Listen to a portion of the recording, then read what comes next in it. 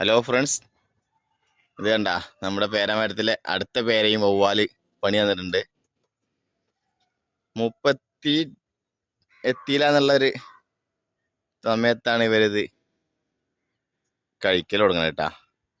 പിന്നെ നമുക്ക് എന്തായാലും ഇതിനുള്ളൊരു പ്രതിവിധി ചെയ്തേ പറ്റുള്ളൂ, അല്ലെങ്കിൽ ഇനിയുള്ള പേരക്ക എല്ലാം വവ്വാല് കൊണ്ടുപോകും. ഇവിടെ രണ്ടെണ്ണം, ഇവിടെ ഒന്നുണ്ട്, ഇവിടെ രണ്ടെണ്ണം ഉണ്ട്.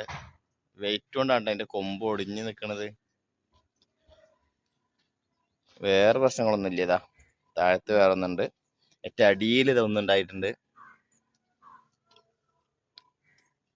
പിന്നെ നമുക്ക് എല്ലാ പേരയും കവറിലാക്കി വെക്കേണ്ടി വരും, എന്നാലേ ഇപ്പൊ നമുക്ക് ബാക്കി പേര കിട്ടുള്ളൂ.